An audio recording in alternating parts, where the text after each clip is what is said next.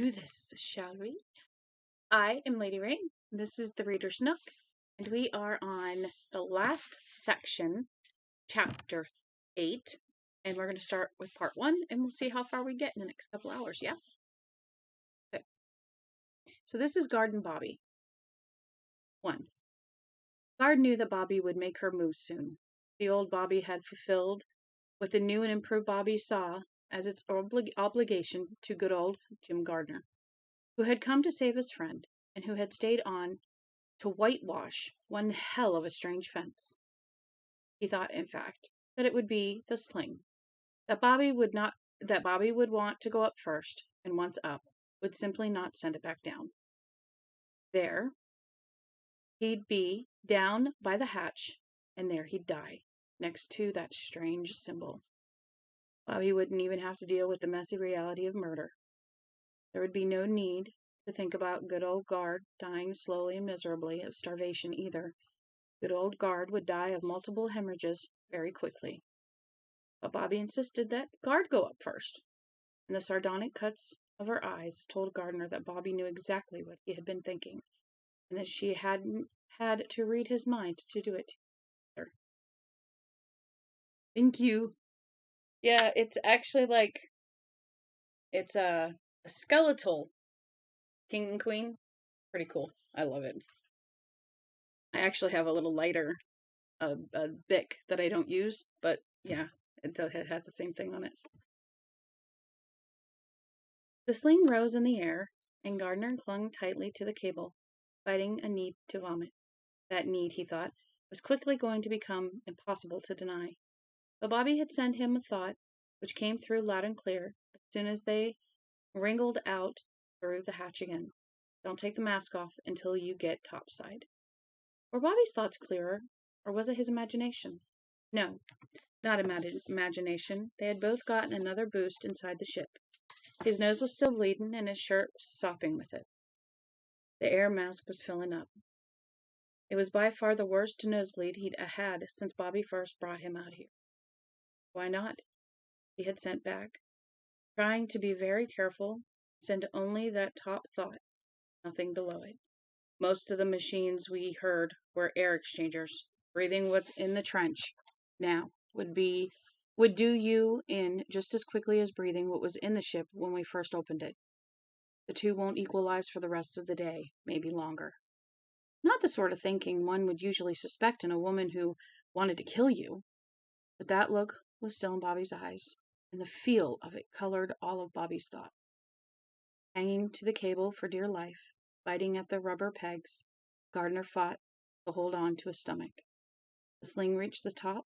He wandered away on legs that felt as if they were made of rubber bands and paper clips, barely seeing the electrolux and the length of cable manipulating the buttons. Count 10, he thought. Count 10. Get as far from the trench as you can, then take off the mask, and take what comes. I think I'd rather die than feel this anyway. He got as far as 5 and could hold back no longer. Crazy images danced before his eyes, dumping the drink down Patricia McCardle's dress, seeing Bobbi reeling off her porch to greet him when he first arrived. The big man with the gold cup over his mouth and nose, turning to look at him from the passenger window of a four-wheel drive as Gardner lay drunk on the porch.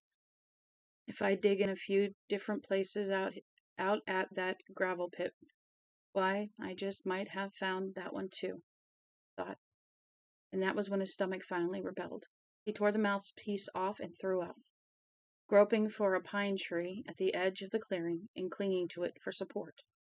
He did it again, and realized he had never experienced this sort of vomiting in his entire life. He had read about it, however. It was ejecting stuff, most of it bloody, in wads that flew like bullets, and bullets were almost what they were. Oh, my water bottle. Okay. What did my foot touching? He was having a seizure of projectile vomiting. That was not considered a sign of good health in medical circles. Gray veils drifted out over his sight. His knees buckled. Fuck, I'm dying, he thought. The idea seemed to have no emotional gradient. It was dreary news, no more, no less. I forgot again to do this. I did yesterday because I had somebody that wrote, and it was kind of funny, actually, because tell you what, it was just too funny. How do I undo? Oh, okay, there we go. Copy, not paste. There we go. Sometimes I forget and I just have to remind myself. There. He felt his hand slipping down the rough bark of the pine. He felt tarry sap. Fainting, he was aware that the air smelled foul and yellow and sulphuric. It was the way a paper mill smells after a week of still, overcast weather. He didn't care. Whether there were Elysian fields or just a big black nothing, there would not be that stink. So maybe he would come out a winner anyway. Best to just let go. To just, no, you will not just let go. You come back to save Bobbi, and Bobbi was maybe already beyond saving, but that kid's around and he might not be. Please, guard, at least try. Don't let it be for nothing, he said in a cracked, wavering voice. Jesus Christ, please don't let it be for nothing. The wavering gray mists cleared a little. The vomiting subsided. He raised a hand to his face, flung away a sheet of blood with it. A hand touched the back of his neck as he did, and Gardner's flesh pebbled with goosebumps. A hand. Bobbi's hand. But not a human hand. Not anymore. Guard, are you all right? All right, he answered loud and managed to get to his feet. The world wavered and came back into focus. The first thing he saw in it was Bobbi. The look on Bobbi's face was one of cold, cheerless calculation. He saw no love there, not even a counterfeit of concern. Bobbi had become beyond such things. Let's go, Gardner said hoarsely. You drive. I'm feeling. He stumbled, had to grab at Bobbi's bunched strange shoulder to keep from falling. A little under the weather, too. By the time they got back to the farm, Gardner was better. The bleeding from his nose had subsided to a trickle. He had swallowed a fair amount of blood while wearing the mouthpiece, and a lot of the blood he had seen in his vomit must have been that, he hoped. He had lost a total of 9 teeth. I want to change my shirt, he told Bobbi. Bobbi nodded without much interest. Come on out in the kitchen after you do, she said. We have to talk. Yes, I suppose we do. In the guest room, Gardner took off the shirt he had been wearing and put on a clean one. He let it hang down over his belt. He went to the foot of the bed, lifted the mattress, and got the .45. He tucked it into his pants. The shirt was too big. He had lost a lot of weight. The outline of the gun butt hardly showed at all if he sucked in his gut. Paused for a moment longer, wondering if he was ready for this. He supposed there was no way to tell such a thing in advance. A dull headache gnawed his temples, and the world seemed to move in and out of focus in slow, woozy cycles. His mouth hurt, and his nose felt stuffed with drying blood. This was it. As much a showdown as any Bobbi had ever written in her westerns. High noon in central Maine. Make your play, pard. A ghost of a smile touched his lips. All of those 2 for a penny sophomore philosophers said life was a strange proposition, and really, this was outrageous. He went out to the kitchen. Bobbi was sitting at the kitchen table watching him. Strange, half-glimpsed green fluid circulating below the surface of her transparent face. Her eyes, large, the pupils oddly misshapen, looking at Gardner somberly. On the table was a boombox radio. Dick Allison had brought it out, Bobbi's 3 days ago, at her request. It was one Hank Buck had used to send Pitts Barfield to that great repple-depple in the sky.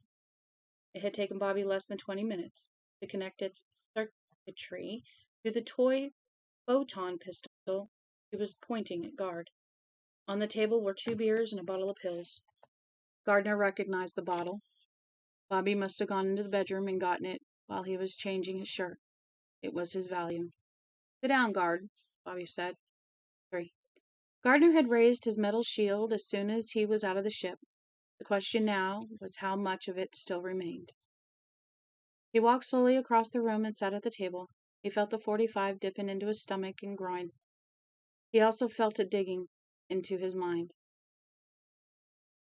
lying heavy against whatever was left of that shield. "Are those for me?" he asked, pointing to the pills.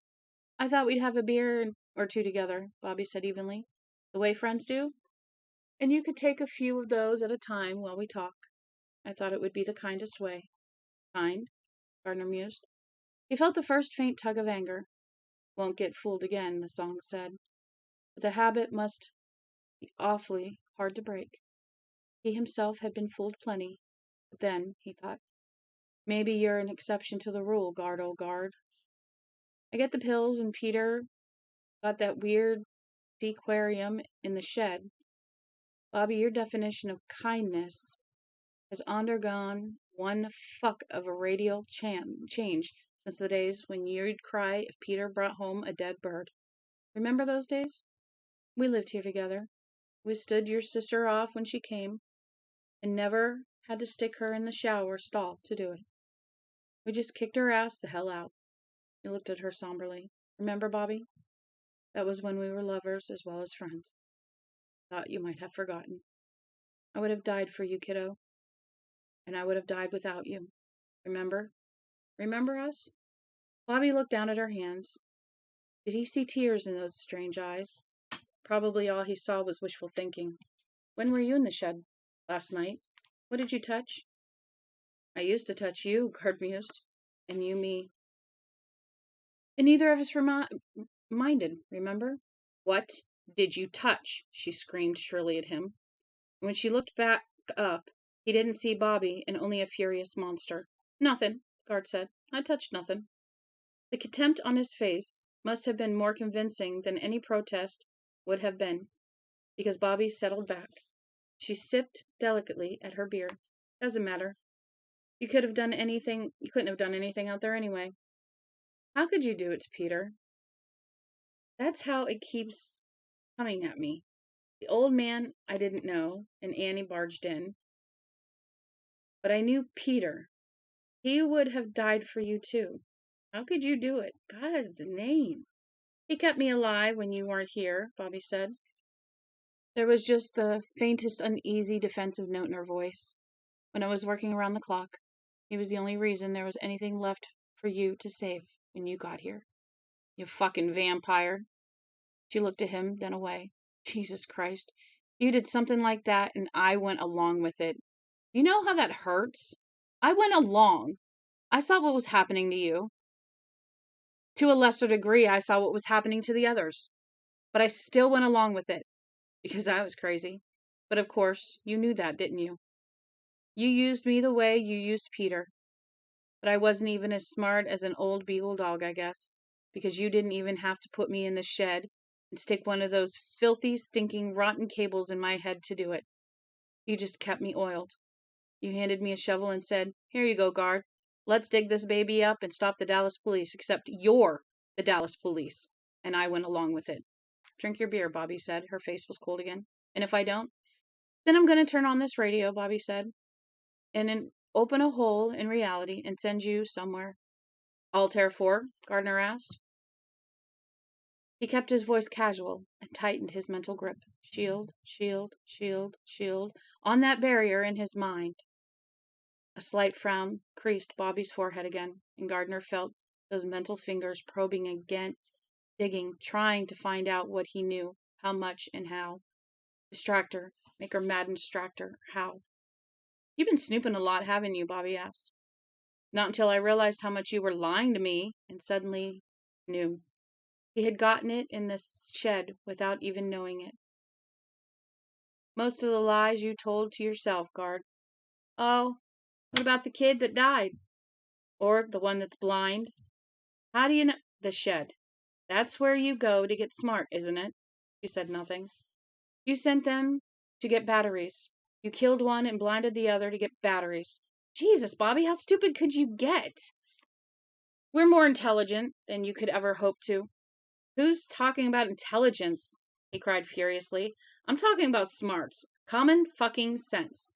The CMP power lines run right behind your house. Why didn't you tap them? Sure, Bobbi smiled with a weird mouth. A really intelligent, pardon me, smart idea. And the first time some tech at the Augusta substation saw the power drain on his dials, you're running almost everything on C, D, and AA batteries, Guard said. That's a trickle. The guy using house current to run a big band saw would bang those needles harder.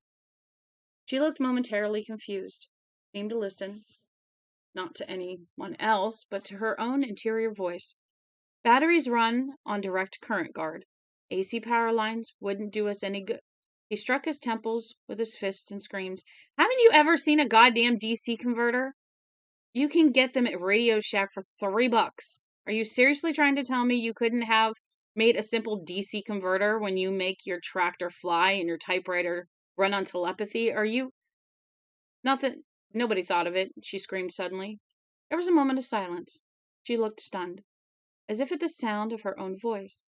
Nobody thought of it, he said. Right. So you sent those two kids, all ready to do or die for good old Haven, and now one of them is dead and the other one's blind. It's shit, Bobbi. I don't care who or what has taken you over. Part of you has to be inside someplace. Part of you has to realize that you people haven't been doing anything creative at all. Quite the opposite. You've been taking dumb pills and congratulating each other on how wonderful it all is. I was the crazy one. I kept telling myself it would be okay even after I knew better. But it's the same old shit, always was. You can disintegrate people. You can teleport them to some place for safekeeping or burial or whatever. And you're as dumb as a baby. But you're as dumb as a baby with a loaded pistol. Excuse me. I think you better shut up now, Guard. You didn't think of it, he said softly. Jesus, Bobbi. How can you even look at yourself in the mirror? Any of you. I said, I think. Idiot, savant, you said once. It's worse. It's like watching a bunch of kids getting ready to blow up the world with soapbox derby plans. You guys aren't even evil. Dumb, but not evil. Guard. You're just a bunch of dumbbells with screwdrivers, he laughed. Shut up, she shrieked. Jesus, Guard said. Did I really think Sissy was dead? Did I? She was trembling. He nodded toward the photon gun. So if I don't drink the beer and take the pills, you pack me off to Altair 4, right? I get to babysit David Brown until we both drop dead of asphyxiation or starvation or cosmic ray poisoning. She was viciously cold now, and it hurt. More than he ever would have believed.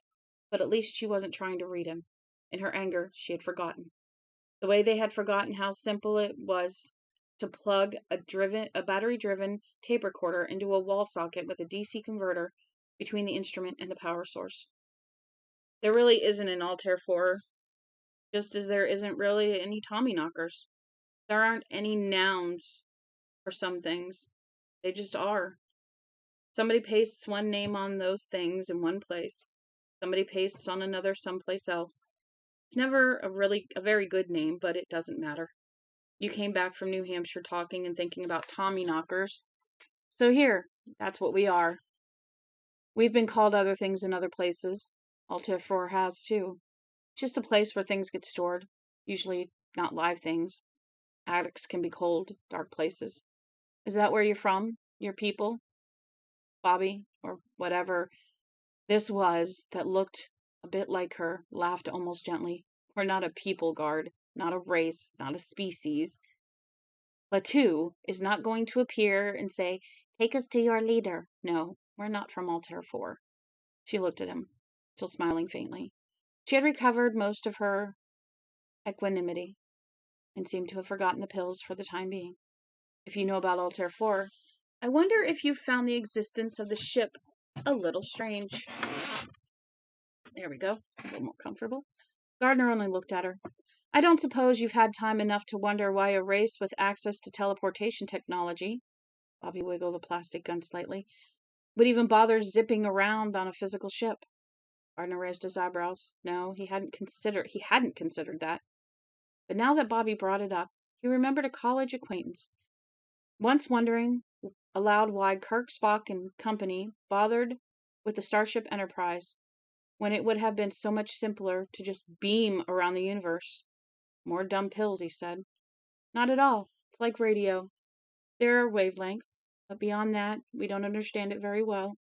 Which is true of us about most things, Guard. We're builders, not understanders.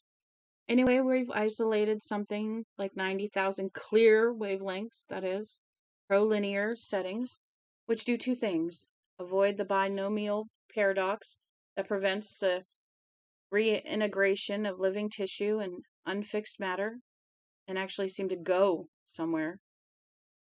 But in most all cases, it isn't anywhere anyone would want to go.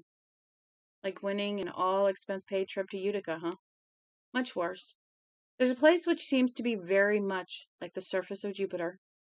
If you open a door on that place, the difference in pressure is so extreme, it starts to tornado in a doorway, which quickly assumes an extremely high electrical charge, which blows the door open wider and wider, like tearing a wound open. The gravity is so much higher that it starts sucking out the earth of the incursive world the way a corkscrew pulls a cork. If left on that particular station for long, it would cause a gravinic fault in the planet's orbit, assuming the mass was similar to Earth's, or depending on the planet's composition, it might just rip it to pieces. Did anything like that come close to happening here? Guard's lips were numb. Such a possibility made Chernobyl seem as important as a fart in the phone booth.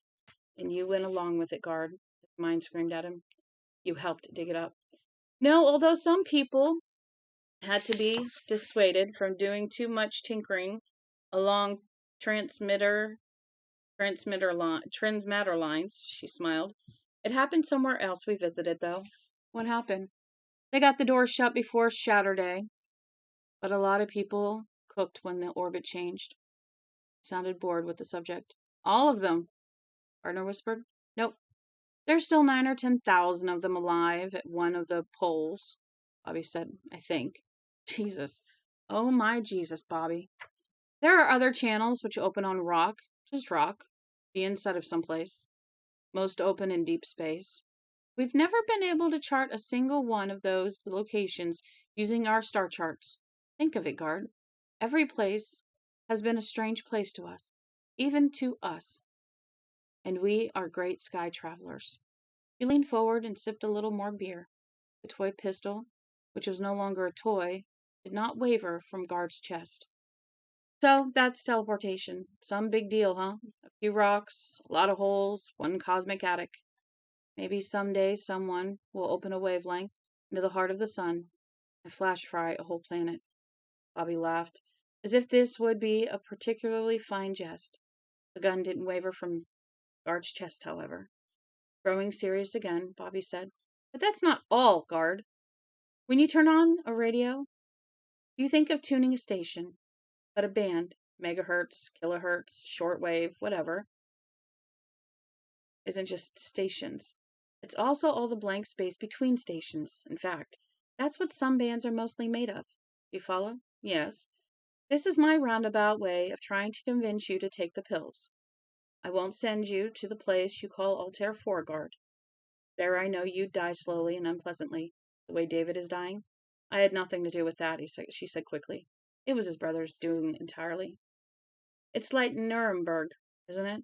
Nothing was really anyone's fault. You idiot, Bobbi said. Don't you realize that sometimes that's the truth? Are you so gutless you can't accept the idea of random occurrence? I can accept it, but I also believe in the ability of an individual to reverse irrational behavior, he said. Really, you never could. Shot your wife, he heard the booger-picking deputy say. Good fucking deal, huh? Maybe sometimes people start the old atonement boogie a little late, he thought, looking down at his hands. Bobbi's eyes flicked sharply at his face. She had caught some of that. He tried to reinforce the shield. Tangled chain of disconnected thoughts, like white noise. What are you thinking about, Guard? Nothing I want you to know, he said, smiled thinly. Think of it as, well, let's say a padlock on a shed door. Her lips drew back from her teeth for a moment, then relaxed into that strange, gentle smile again. It doesn't matter, she said. I might not understand anyway. As I say, we've never been very good understanders. But yeah, we're definitely going to get into 9. Okay. We're not a race of super Einsteins. Thomas Edison in space would be closer, I think. Never mind. I won't send you to a place where you'll die a slow, miserable death. They'll love you in my way, guard. And if I have to send you somewhere, I'll send you to nowhere. He shrugged. It's probably like taking ether, but it might be painful. Agony even. Either way, the devil you know is always better than the devil you don't. Guard suddenly burst into tears. Bobby, you could have saved me, yeah, grief, if you'd reminded me of that sooner. Take the pills, guard. Deal with the devil you know. The way you are now. 200 milligrams of Valium will take you off very quickly. Don't make me mail you like a letter addressed to nowhere. Tell me some more about the Tommyknockers, Gardner said, wiping his face with his hands. Bobby smiled. The pills, guard. Start taking the pills, I'll tell you anything you want to know. And if you don't, she raised the photon pistol. Gardner unscrewed the top of the Valium bottle, shook out a half a dozen of blue pills with the heart shape in the middle. Valentines for the Valley of Torpor, he thought. Tossed them into his mouth, cracked the beer, and swallowed them. There were 60 milligrams down the old chute. He could have hidden one under his tongue, maybe, but 6? Come on, folks, be real. Not much time now. I vomited my belly empty. I've lost a lot of blood. I haven't been taking this shit, and so have no tolerance to it. I'm some 30 pounds lighter than I was when I picked up the first mandatory prescription. If I don't get rid of this shit quick, they'll hit me like a high-balling semi. Tell me about the Tommyknockers, he invited again. One hand dropped into his lap below the table and touched the butt. Shield, shield, shield, shield of the gun. How long before the stuff started to work? 20 minutes? Couldn't remember. But nobody had ever told him about ODing on Valium. Bobby moved the gun a bit toward the pills. Take some more, guard. Jacqueline Susan might have once said, 6 is not enough. He shook out 4 more, but left them on the oilcloth. You were scared shitless out there, weren't you? Gardner asked. I saw the way you looked, Bobby. You looked like you thought they were going to get up and walk. Day of the Dead. Bobby's new and improved eyes flickered, but her voice remained soft. But we are walking and talking, guard. We are back. Guard picked up the 4 volumes, bounced them into his palm. I want you to tell me just one thing, and then I'll take these. Yes. Just that one thing would in some fashion answer all the other questions. The ones he was never going to get a chance to ask. Maybe that was why he hadn't tried Bobby with the gun yet. Because this was what he really needed to know. This one thing. I want to know what they are, Gardner said. Tell me what you are. Or, I'll answer your question, or at least try to, Bobby said. If you'll take those pills you're bouncing in your hand right now. Otherwise, you're going bye-bye, guard. There's something in your mind. I can't quite read it. It's like seeing a shape through gauze. But it makes me extremely nervous. Gardner put the pills in his mouth and swallowed them. More? Gardner shook out another 4 and took them. All the way up to 140 milligrams now. Shooting the moon. Bobby seemed to relax. I said Thomas Edison was closer than Albert Einstein, and that's as good a way to put it as any, Bobby said. There are things here in Haven that would have made Albert boggle, I suppose, but Einstein knew what E equals mc squared meant. He understood relativity. He knew things. We make things, fix things. We don't theorize, we build. We're handymen. You improve things, Gardner said. He swallowed, and Valium took hold of him, his throat began to feel dry. He remembered that much. When it started to happen, he would have to act. He thought maybe he had already taken a lethal dose, and there were at least a dozen pills left in the bottle. Bobbi had brightened a little. Improve. That's right. That's what we do. The way we, improved Haven. You saw the potential as soon as you got back. No more having to suck the corporate tit. Eventually, it's possible to convert totally to, organic storage battery sources. They're renewable and long-lasting. We're talking about people.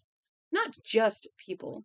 Although higher species do seem to produce longer-lasting power than the lower ones, it may be a function of spirituality rather than intelligence. The Latin word for it is esse. It is possibly the best. But even Peter has lasted a remarkably long time, producing a great deal of power, and he's only a dog. Maybe because of his spirit, Gardner said. Maybe because he loved you. He took the pistol out of his belt and he held it, shield, shield, shield, shield, against his inner left thigh. That's beside the point, Bobbi said, waving the subject of Peter's love or spirituality away. You have decided for some reason that the morality of what we're doing is unacceptable. But then, the spectrum of what you think of as morally acceptable behavior is very narrow. It doesn't matter. You'll be going to sleep soon. We have no history, written or oral. When you say the ship crashed here because those in charge were, in effect, fighting over the steering wheel, I feel there's an element of truth in that, but I also feel that perhaps it was fated to happen. Telepaths are, at least to some degree, precognitives, Guard. And precognitives are more apt to let themselves be guided by the currents, both large and small, that run through the universe. God is the name some people give those currents, but God's only a word, like Tommyknockers or Altair 4. I need you guys to do me a favor. Yeah. I need somebody to get a hold of Tristan, see if he's awake, but I need those dishes done. Okay. I gotta be able to do that roasting pan when I'm done, okay? Because Sunday I'm cooking that roast for Monday. For Monday? Mm-hmm. Round potatoes, sauerkraut, hot dogs, roast, yeah. Oh, yeah, okay. Can I wash my hands? I'll cook it Monday, and then Sunday night we'll just have munchies. All right? What I mean is, we would almost certainly be long extinct if we hadn't trusted those currents, because we've always been short-tempered, ready to fight. But fight is too general a word. Bobbi's eyes suddenly glowed a deep, frightening green. Her lips spread in a toothless grin. Gardner's right hand clenched the gun with a sweaty palm. We squabble, Bobbi said. Le mot juste, Guard. Good for you, Gardner said and swallowed. He heard a click. That dryness hadn't just sneaked up. All at once, it was just there. Yes, we squabble. We've always squabbled, like kids, you could say, Bobbi smiled. We're very childlike. That's our good side. Is it now? A monstrous image suddenly filled Gardner's head. Grammar school kids heading off to school armed with books and Uzis and Smurf lunchboxes and M16s and apples for the teachers they liked and fragmentation grenades for those that they didn't. And, oh Christ, every one of the girls looked like Patricia McCardle, and every one of the boys looked like Ted the Power Man. Ted the Power Man with green, glowing eyes that explained the whole sorry fucking mess, from crusades to crossbows to Reagan's missile-tipped satellites. We squabble every now and then. We even tussle a bit. We're grown-ups, I guess, but we still have bad tempers like kids do. And we also still have to have fun like kids do. So we satisfied both wants by building all these nifty nuclear slingshots, and every now and then we have a few around for people to pick up. We leave a few around for people to pick up, and you know what? Always do. People like Ted, who are perfectly willing to kill, so no woman in Braintree with the wherewithal to buy one shall want for electricity to run her hairdryer. People like you, Guard, who see only minimal drawbacks to the idea of killing for peace. It would be such a dull world without guns and squabbles, wouldn't it? Gardner realized he was getting sleepy. Childlike, she repeated. We fight, but we can also be very generous, as we have here. Yes, you've been very generous to Haven, Gardner said, and his jaws abruptly cracked open in a huge, tendon stretching yawn. Bobbi smiled. Anyway, we might have crashed because it was crash time, according to those currents I mentioned. The ship wasn't hurt, of course, and when I started to uncover it, we came back. There are more of you out there. There are more of you out there? Bobbi shrugged. I don't know, and don't care. She shrugged said, "We're here. There are improvements to be made. That is enough. That's really all you are." He wanted to make sure there was no more to it. He was terribly afraid he was taking too long, much too long. But he had to know. That's all? What do you mean, all? Is it so little what we are? Frankly, yes, Guard said. You see, I've been looking for the devil outside my life. All my life. Because the one inside was so fucking hard to catch. It's hard to spend such a long time thinking you're Homer. He yawned again, hugely. His eyelids had bricks on them. And discover you were Captain Ahab all the time. And finally, for the last time, with a kind of desperation, he asked her, Is that all you are? Just people who fix things up? I guess so, she said. I'm sorry it's such a letdown for you. Gardner lifted the pistol under the table, and at the same moment felt the drug finally betray him. His shield slipped. Bobbi's eyes glowed. No, this time they glared. Her voice, a mental scream, blasted through Gardner's head like a meat cleaver. Gun! He's got a gun! He's got a... Chopping through the rising fog, she tried to move. At the same time, she tried to bring the photon pistol to bear on him. Gardner aimed the .45 at Bobbi under the table and pulled the trigger. There was only a dry click. The old slug had misfired. 9. The scoop. John Leandro died. The scoop did not. David Bright had promised to give Leandro until 4, and that was a promise he had intended to keep, because it was honorable, of course, but also because he was not sure this was anything he wanted to stick his hand into. It might turn out to be a threshing machine instead of a news story. Nonetheless, he never doubted Johnny Leandro had been telling the truth, or his perception of it. Praised as the story sounded, Johnny was a twerp. Johnny sometimes didn't just jump to conclusions, but broad jumped them completely. But he wasn't a liar.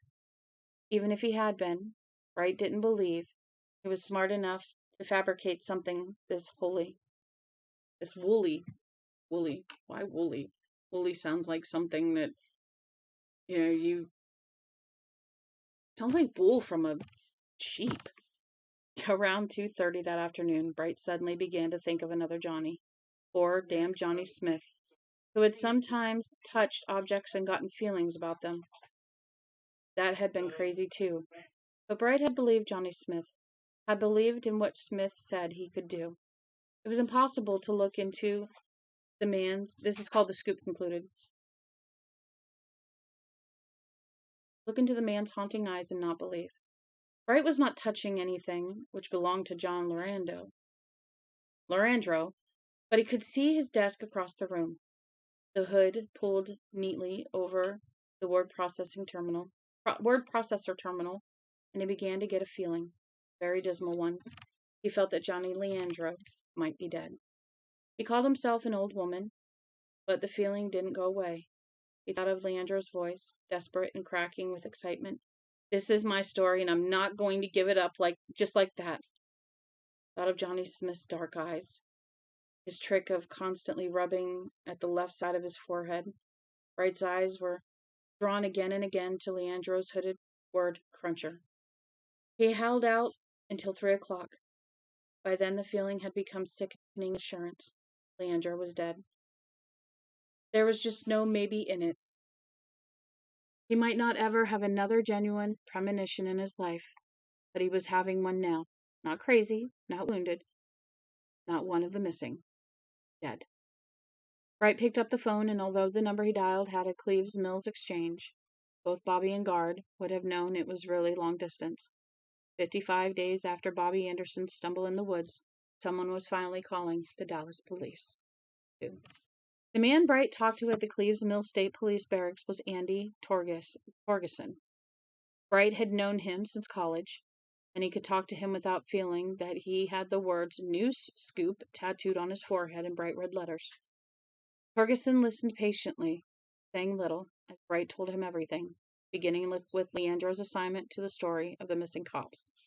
His nose bled, his teeth fell out, he got vomiting, and he was convinced that all of this was coming out of the air. Yes, Bright said. Also, this, whatever it is in the air, improved the shit out of his radio reception? Right. And you think he might be in a lot of trouble? Right again. I think he might be in a lot of trouble too, Dave. Sounds like he's gone Section 8. I know how it sounds. I just don't think that's the way it is. David, Ferguson said in a tone of great patience.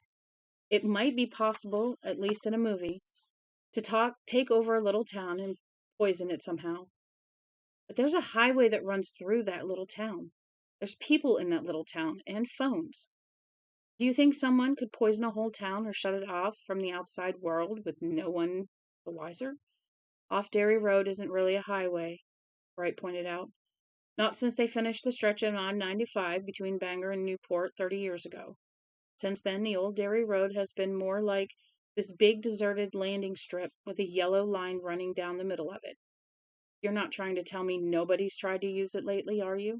No, I'm not trying to tell you much of anything.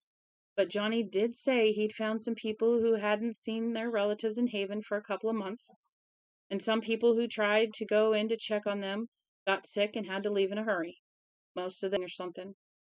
He also mentioned a store in Troy where this old crock is doing a booming business in t-shirts because people have been coming out of Haven with bloody noses, and that it's been going on for weeks.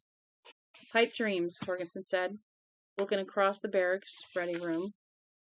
He saw the dispatcher sit up abruptly and switch the telephone he was holding to his left hand so he could write. Something had happened somewhere, and from the goose look on the dispatcher's face, it wasn't a fender bender or a purse snatching. Of course, people being what they were, something always did happen, and as little as he liked to admit it, something might be happening in Haven as well. The whole thing sounded as mad as the Tea Party in Alice.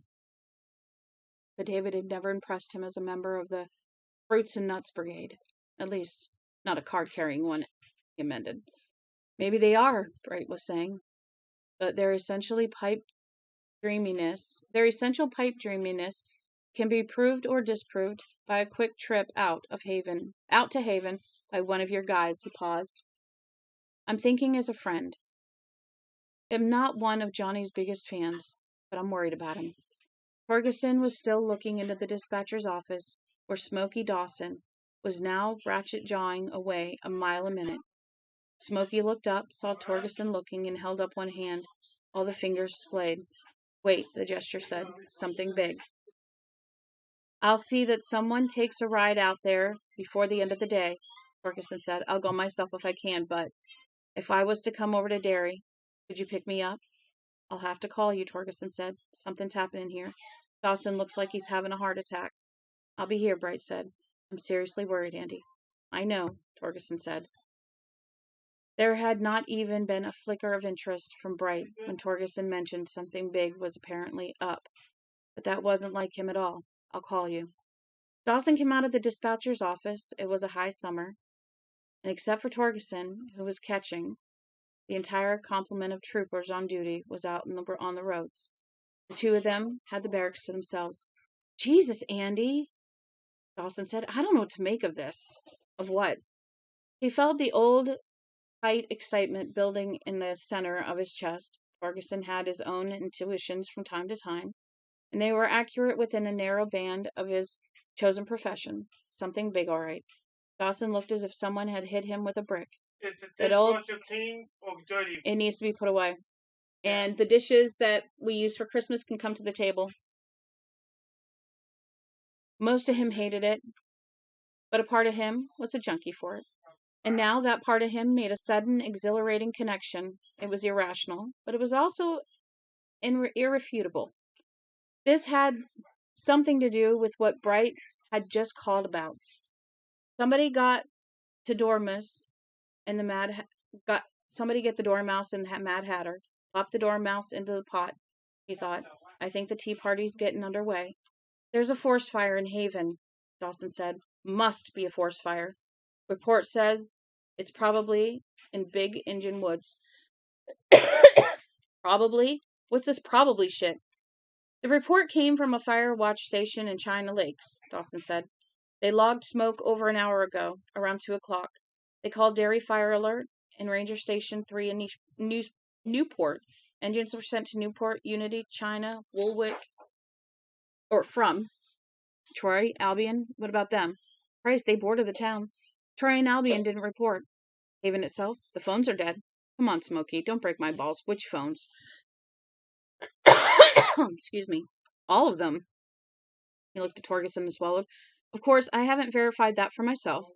But this isn't the nuttiest part. I mean, it's pretty crazy, but come on, go on and spill it.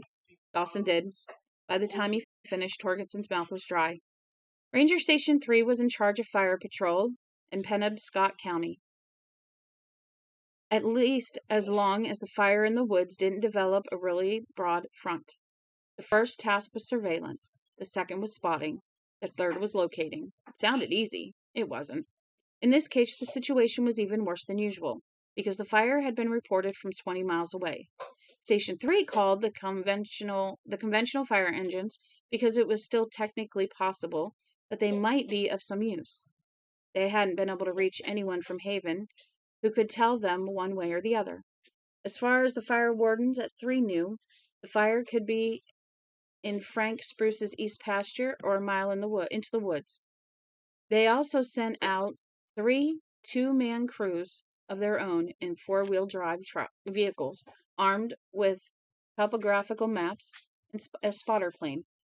Dawson had called them Big Engine Woods, but Chief Wawavoka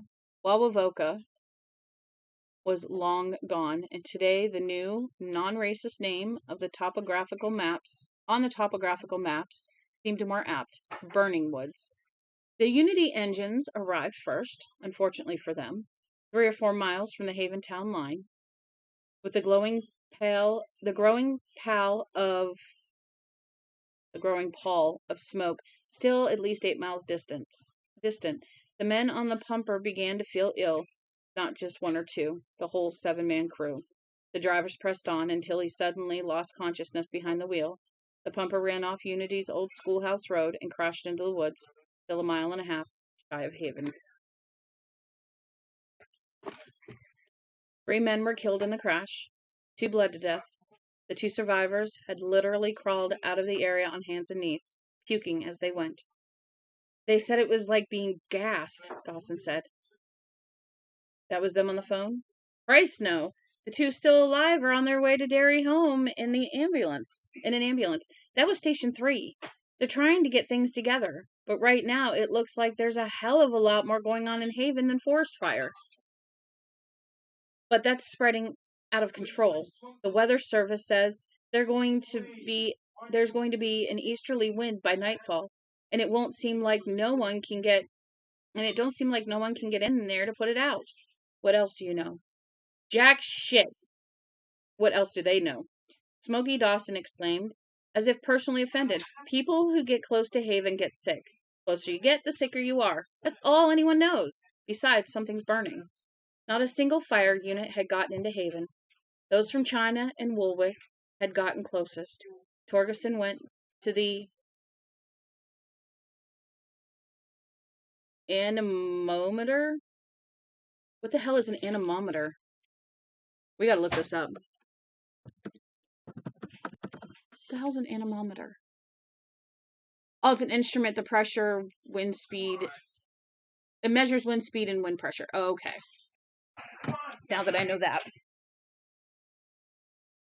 Where am I at? Anemometer on the wall. And thought he saw why. They'd been coming from upwind. If the air in and around Haven was poisoned, the wind was blowing it the other way. Dear God, what if it's something radioactive? If it was like no kind of radiation Torgerson had ever heard of. The Woolwich units had reported 100% engine failure as they approached the Haventown line. China had sent a pumper and a tanker. Are you trying to open the bottom? Trying to get the sharp knife out there. Yeah, it kind of stuck to the top, huh? Yep. It went right between the little bars, the shelves of the dishwasher. Our dishwasher isn't working right now. So we're doing everything by hand, which the kids hate. Because we've had a dishwasher for like 10 years. Needs to be in the drawer. Yeah, put it in the drawer. Anyway, the knife was too tall and got stuck on the top rack. We use it. Okay. Hi, do you need to go outside? Can you open the door, please? Open the door, please. Open the doors, please, so I can get her out. Be right back. Open the door, please. Go. Go. Go. Harley! Harley, you go outside? Harley! Harley! Come on. She's right outside. Let's go. Come on. Woo-hoo. Adios.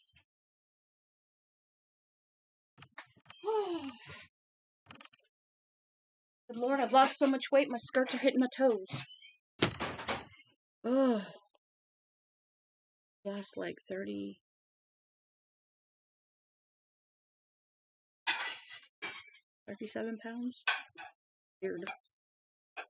But it's nice. Okay. Here we go.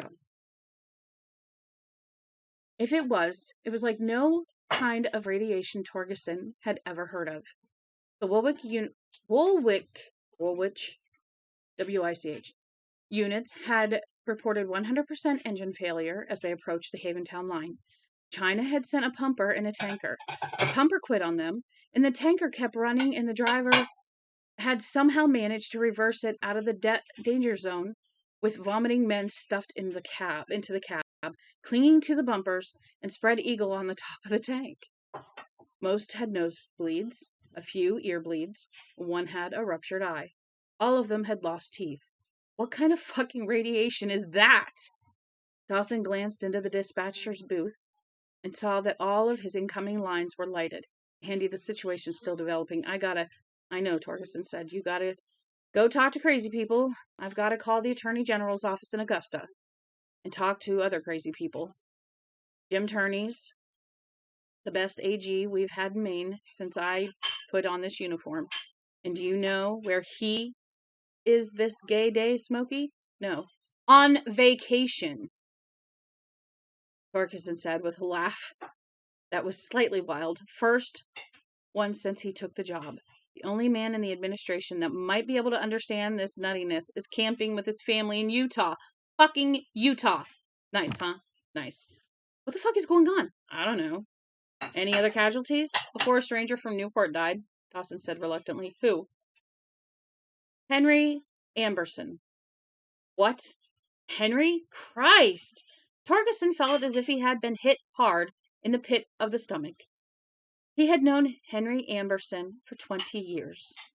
The two of them hadn't been best friends, nothing like that, but they had played some cribbage together when times were slow, done a little fly fishing. Their families had taken dinner together. Henry Anderson. And Tierney was in fucking Utah. Was he in one of the Jeeps they sent out? Yeah. He had a pacemaker, and what? What?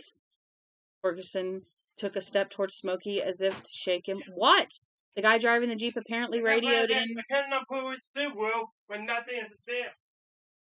Put the silverware thing on the stove and do it from there. I mean, this thing right here. Yes, I know, but put the silverware thing on the stove and just put them away from there. away from the dishwasher. Okay.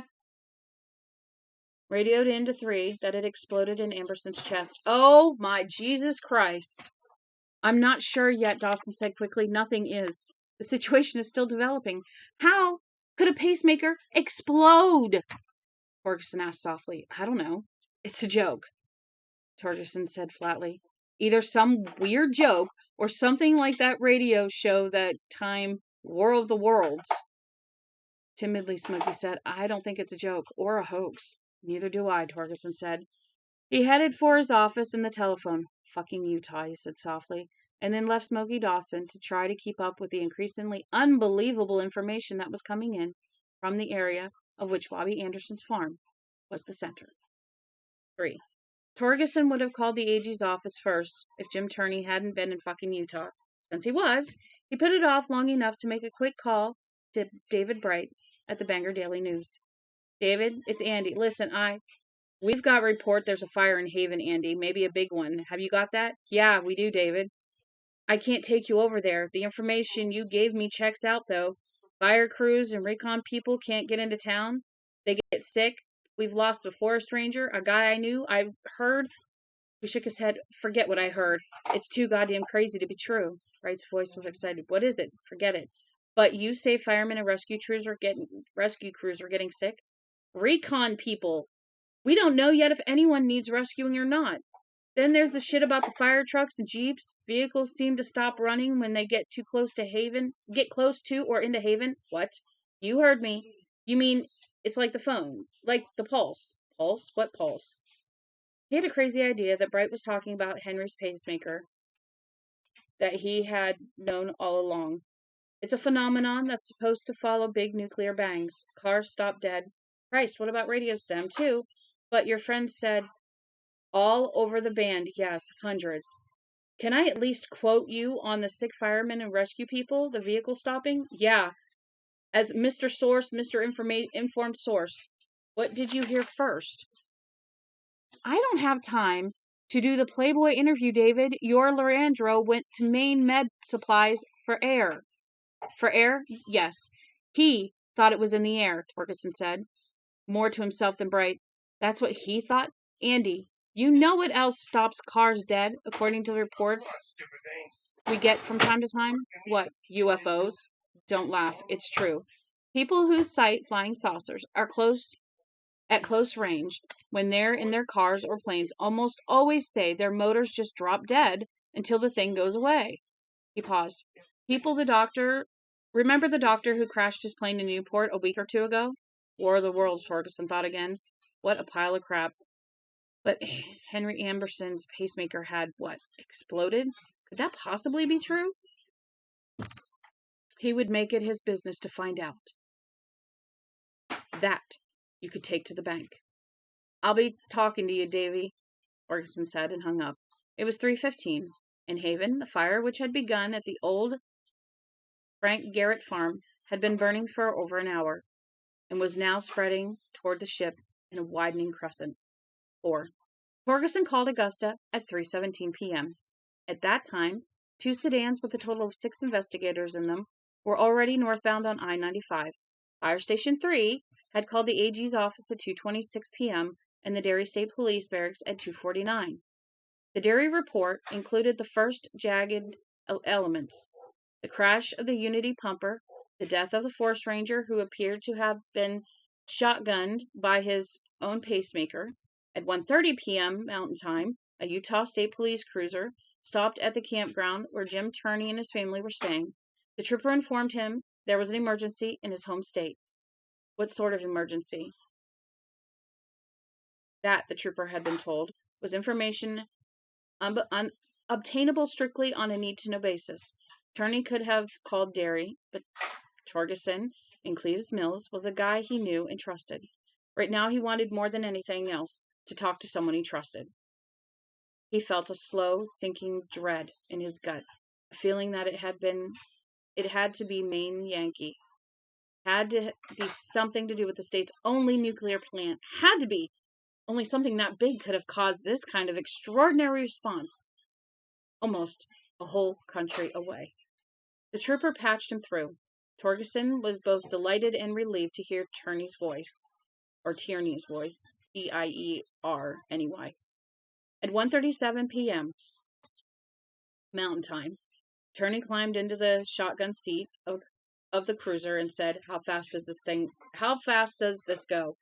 Sir, this vehicle will go 130 miles an hour, and I am a Mormon, sir, and I'm not afraid to drive it at that speed, sir, but I am confident that I will avoid hell. Because I am confident I will avoid hell, sir. Prove it, Tierney said.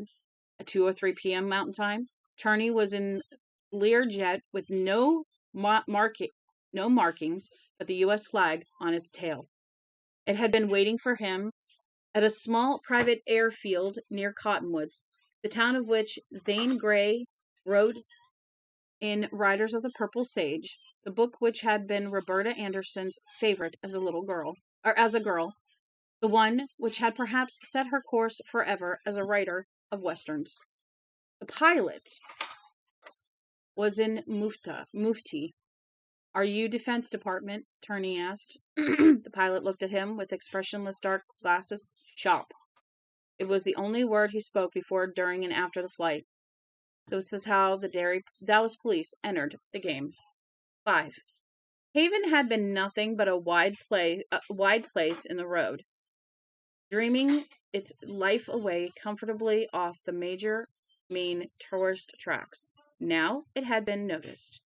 Now people headed there in droves. Since they knew nothing of the anomalies that were being reported in ever-increasing numbers, it was only the growing pall of smoke on the horizon which drew them at first like moths to candle flames. It would be almost 7 o'clock that evening before the state police, with the help of the local National Guard unit, would be able to block off all the roads to the area, the minor ones as well as the major. By morning, the fire would become the greatest forest fire in Maine history. The brisk easterly wind came up right on schedule, and once it did, there was no way the fire's running start could be overcome. The realization did not sink in all at once, but it did sink in. The fire might have burned unchecked even if the day had been dead calm. You couldn't do much about a fire you couldn't get to, and efforts to get near this one had unpleasant results. The spotter plane had crashed. A busload of National Guardsmen from Bangor ran off the road, struck a tree, and exploded when the driver's brain simply burst like a tomato loaded with a cherry bomb. All 70 weekend warriors died, but maybe only half of them in the crash. The rest died in a fruitless effort to crawl out of the poison belt. Unfortunately, the wind was blowing the wrong way, as Torgerson could have told them. The forest fire, which had begun in Burning Woods, had crisped half of Newport before the firefighters could properly go to work. But by then, they were strung too thin to do much good, because the fire line was nearly 6 miles long. By 7 that evening, hundreds of people, some self-appointed firefighters, most your common garden variety homo rubberneckers, had poured into the area. Most promptly poured right back out again, faces white, eyes bulging, noses and ears jetting blood. Some came clutching their lost teeth in their hands like pitted pearls, and not a few of them died, not to mention the 100 or so hapless residents of eastern Newport who got a sudden dose of Haven when the wind turned brisk. Most of them died in their houses. Those who came in to gawk and stayed to asphyxiate on the rotten air were found in or beside various roads, curled in fetal positions, hands clenched around their stomachs. Most, one GI later told the Washington Post, under the strict condition that he not be identified, looked like bloody human commas. Such was not the fate of Lester Morgan, the textbook salesman who lived in the Boston suburb and spent most of his days on the highways of northern New England. Lester was returning from his annual late summer selling trip to the schools in the SAD, School Administrative Districts, of Aroostook County when he saw smoke, a lot of it, on the horizon. This was at about 4:15 p.m. Lester diverted immediately. He was in no hurry to get back, being a bachelor and having no plans for the next 2 weeks or so.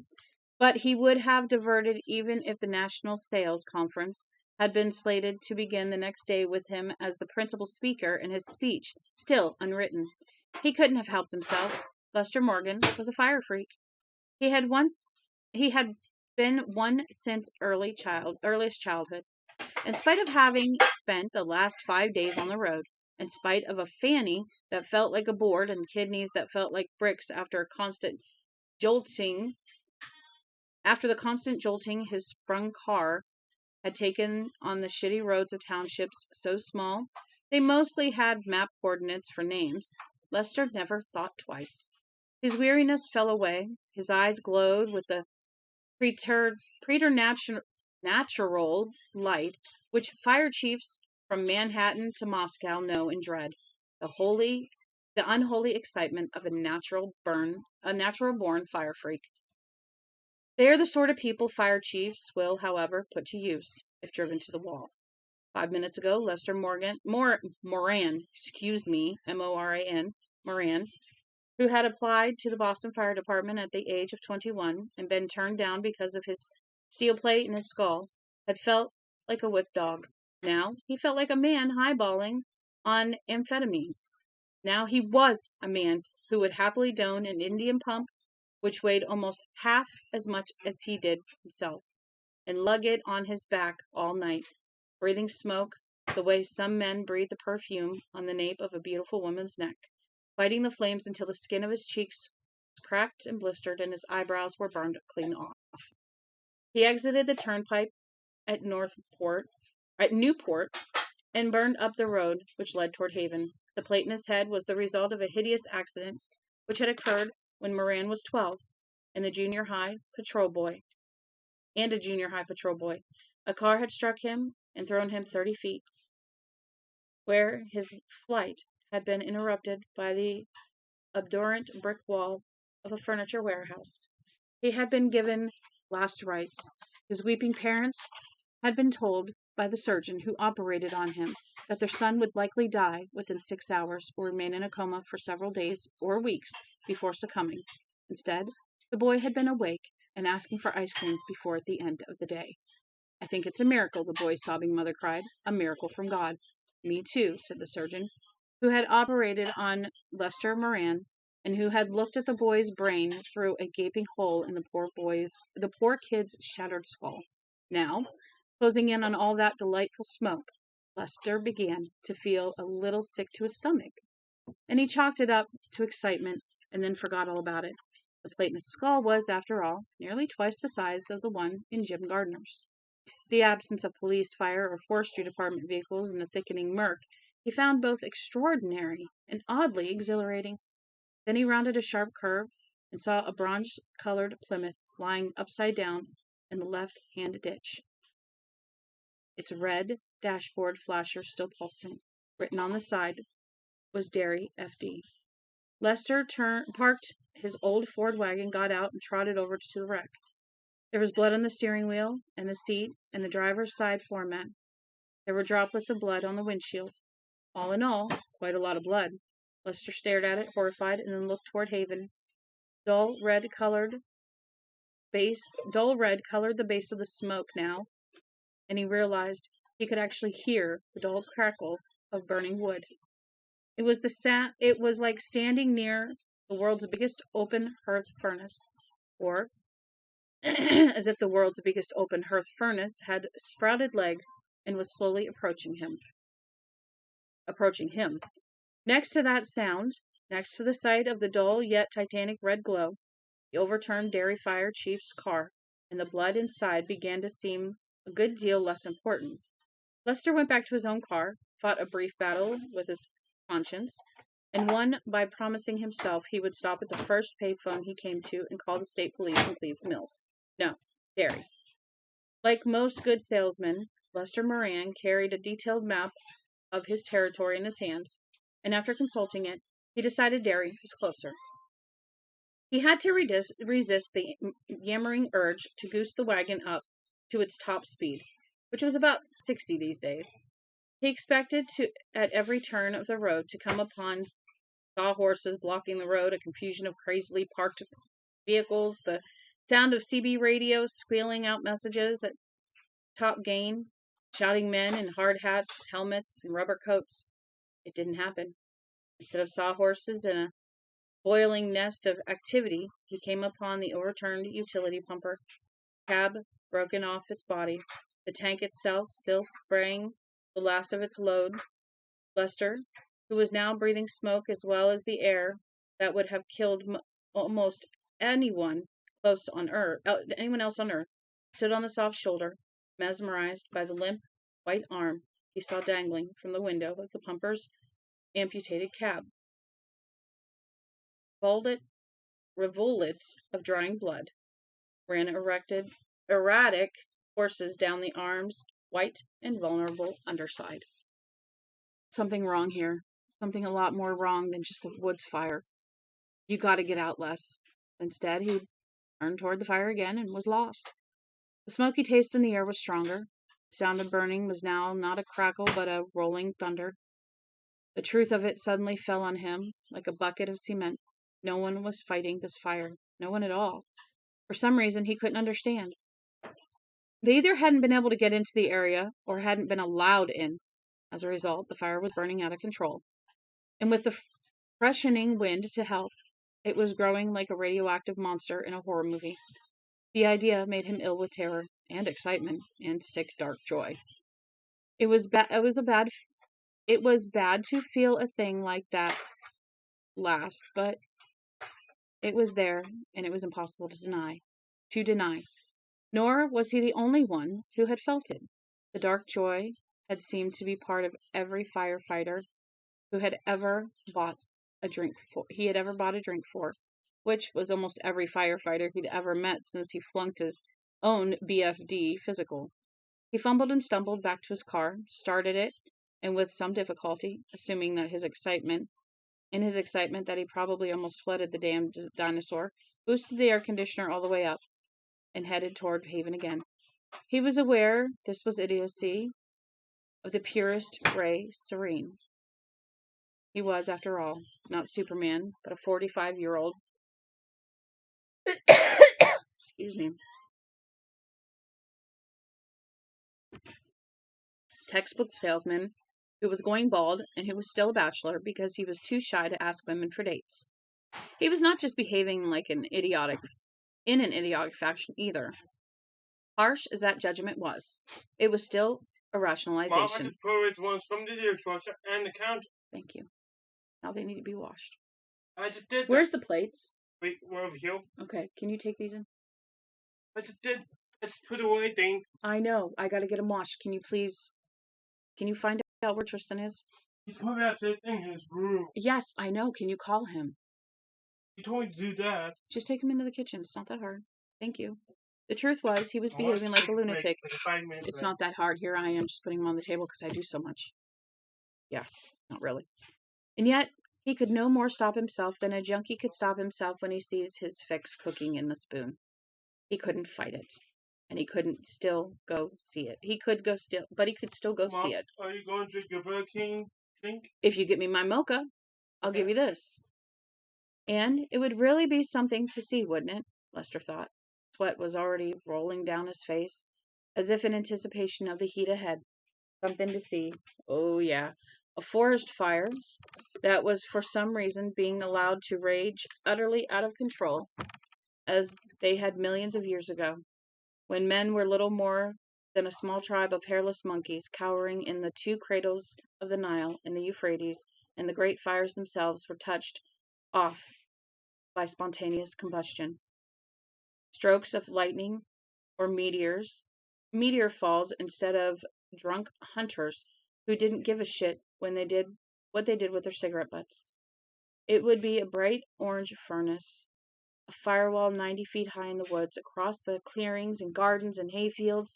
It would raise like a Kansas prairie fire in the 1840s, gobbling houses so swiftly they would implode from the sudden change of air pressure, as houses and factories had done during the World War II fire bombings.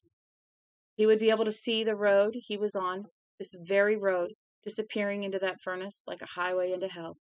The tar itself, he thought, would first begin to run a sticky little rivulets, and then to burn. He stepped down harder on the gas and thought, how could you not go on? When you had a chance, and once in a lifetime chance, to see something like that, how could you not? How many pages we got left? Oh, I might just stop here. Yeah, I gotta get a few things done, but if we stop here, we could get into 10 tomorrow. Okay? So I think we're gonna stop here. I know it's only been a little over an hour, but I want to get my kitchen done. I gotta clean out my cooker before Sunday, and I want to do some cookies tomorrow. So we're gonna stop there, and tomorrow morning I will be back, and we will finish 9 and get into 10. We're almost done. Okay? So I thank you guys for being here. I will see you guys tomorrow morning. I hope you have a good night, and we will read more tomorrow. Okay? I love y'all. Follow if you can. All right. Bye.